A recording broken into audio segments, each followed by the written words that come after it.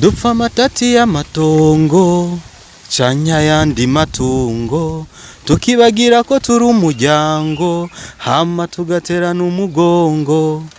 dupfa amatati y'amatongo canya yandi matungo tukibagira ko turi umuryango hama tugaterana umugongo ibintu nk'ibyo yo ndabaramukije bakunzi ba Emotion Talent TV mumeze neza ngira ni mwiriwe canke mwaramutse aho umwe wese ari bivanye n'ahari bivanye n'igihe wumviririje iki kiganiro ni Abdul Uwimana kwa kundi nyene kuri Emotion Talent ariko uyu munsi mfise n'umushitsi w'iteka kandi akenshi na kenshi muzoza muramubona kuri Emotion Talent bibwire msaza yo nitwa I am Chris ndo content creator ndi kumwe na CEO wa Emotion Talent TV ibintu ni fresh ibintu bimeze bon nizere ko bameze neza abantu badukurikirana babandanye badusupportinga kuri TV ni TV giye kuza iraca ibintu byinshi vibe nyene ibiganiro by'abantu barabizi ni byinshi ebana jewe rero kuri uyu munsi kabisa ndaryohewe no kukwakira kuri Emotion Talent kandi n'abakunzi ba Emotion Talent banakubone banakumenye bamenye yuko ugiye kuba umuntu wabo hama hariya inyuma ya kamera turi kumwe n'umuntu bita Mihigo Espoir Dr. abikora neza byata ariko najewe festival ndishimye kuba ndi kumwe nawe ndo umwe mu bantu bakuze bagufana bafana ibikorwa byawe nubwo ubumenga byahindutse impano yawe tuzi yo wayisitse ebana nukuvuga Chris urabona je ndakubwiza ukuri umuziki wewe dufate wanyumvishe cyane mu muziki ndiko ndakora ndirimba amatati y'amatongo za nukuri ndagukunda izo ni indirimbo zanje zo mu gihe cyaheze rero umuziki nasanze kuwukora na cyane wipapa wimama niko abantu bo hakujya y'Akanyaru bakunda kuvuga wipapa wimama ni ibintu bigoye cyane kandi nawe ndibaza uramaze kwinjiramo kubyinjiramo urazi yuko umuziki ari ibintu bigoye gose ni ibintu bisaba ngo bisaba gukora cyane ariko kandi bisaba ubu umuntu afise support y'abandi bantu iyo rero utayironse biraca intege gose niyo mpamvu ubona muri iyi minsi sinyikora umuziki gose uretse yuko umuziki bujya nasanze atari ikintu umuntu apfa guheba umuziki ntupfa kuwuheba n'ubu naho ubona jewe ntaririmba basi ngo indirimbo zije kuri YouTube ariko nguma nandika indirimbo n'izindi mistari guma ari yayindi so none hoba hariho ndakubaza akabazo gatoya nukuvuga ubu urakurikirana industry y'umuziki n'ubu ijana ku ijana ntiwigera ubivamo apare yakijya gihe cyane ingene mwakora muziki n'ubu ubona ari bande byorohera cyane kuko mwebwe muri bantu mwaririmbye kera atabarimvye benshi ngaha mu Burundi barahaza kandi indirimbo zanyu zikamenyekana ubu hariho difference ya kera n'ubu gukora muziki mbe indirimbo yawe kugira igere kure kera rezo sosiyo kutari ntiyari nini cyane mwabigenza gute nize strategy mwakoresha kugira twe tubamenye je narakumva kera nta rezo sosiyo ntaki ariko indirimbo yawe kanshikira niye mwakoresha borumva kera bitandukanye n'ubu ariko sina kera cyane ko jewe nibaza yuko ntangura kuririmba natanguye kuririmba muri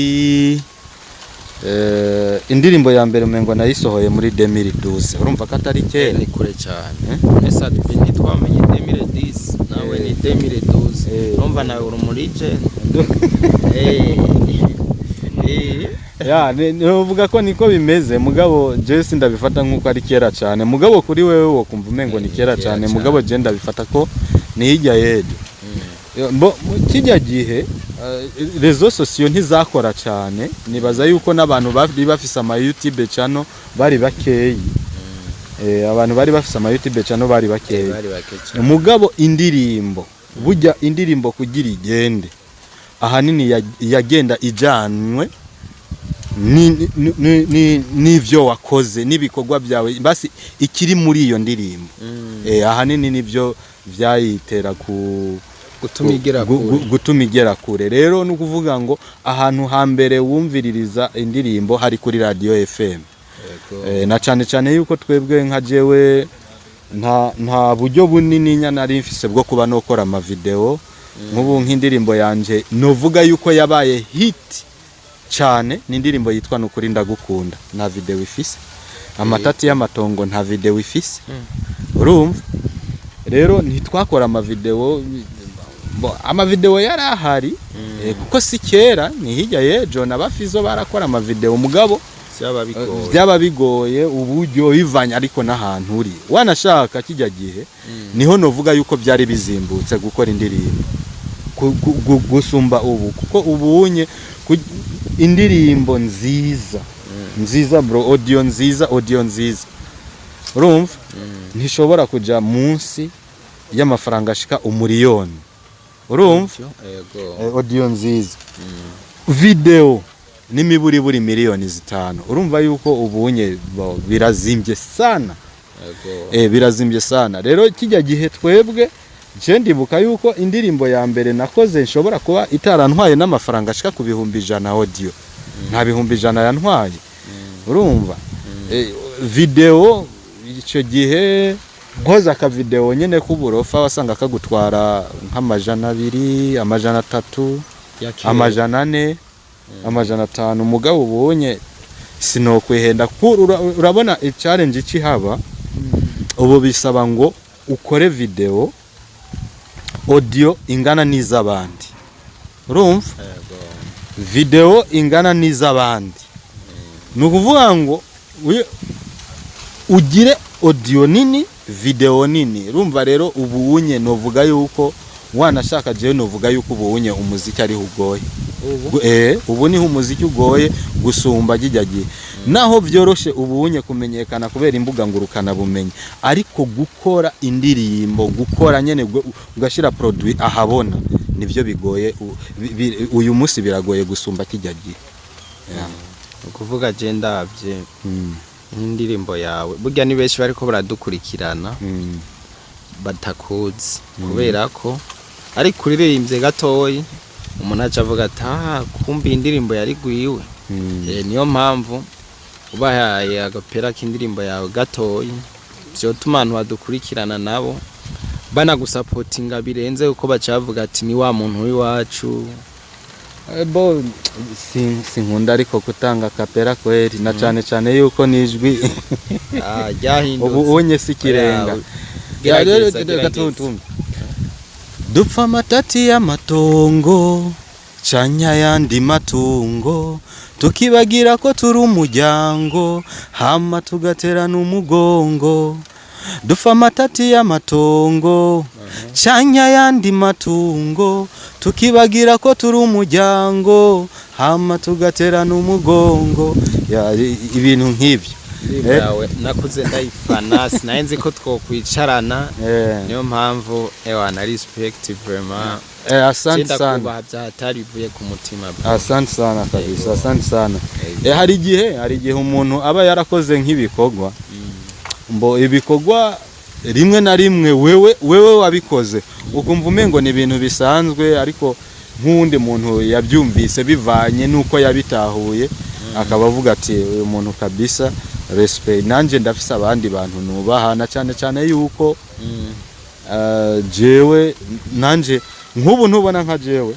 nanje ndafise abantu nakuze mvuga ati aba bantu kabisa respect kuko nk'ubu je ndibuka nja muri concert ya mbere ya Fizo icyo gihe naba mu Rwanda hari ahantu bita muri campus Butare nabi Kigali icyo gihe amwumva ariko aratanga ikiganiro ku radio yitwa Mengo, iyo radio bayita Mengo Contact FM yo mu Rwanda. Mengo yari Contact FM nimba ntihenze batari, ariko nibaza ko yari Contact FM. Hama ndamwumva ariko aratera ntuzenye ya Leave Me Alone, ndavuga ati kabisa ebana naduganye ikijiji cyose ngenda kumuraba Fariyazi. Mugabo Fariyazi kandi n'umuntu novuga yuko muri generation yanje yoba hariho basi twaramurabiye ko bivanye kuko Fariyazi je waransumba mu myaka no wakera. Respect sana kuri Fariyazi. Hama jewe indirimbo ya mbere ya Fariyazi abantu benshi basi novuga nka generation yiwanje bazi yuko nakunda yari indirimbo yitwa Niwanyemera. Niwanyemera nsogukunda gufa, urabibona iyo rero ebana ndavuga ati kabisa nanje umunsi umwe ebana nanje nzoza ndatera nk'iziyinye no kuvuga yo Fariyazi niwe yakwespiye niwe yatumye impano yawe nawe ukora cyane sana mbo no kuvuga ko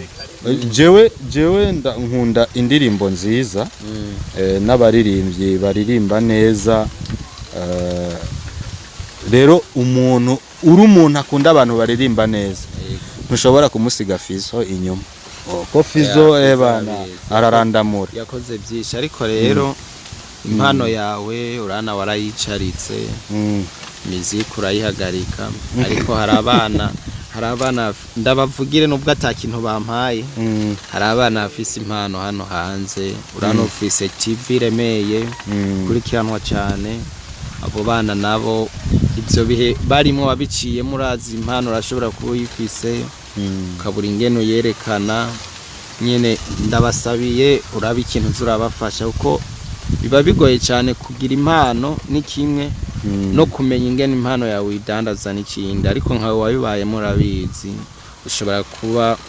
icyo cyumviro bugifise.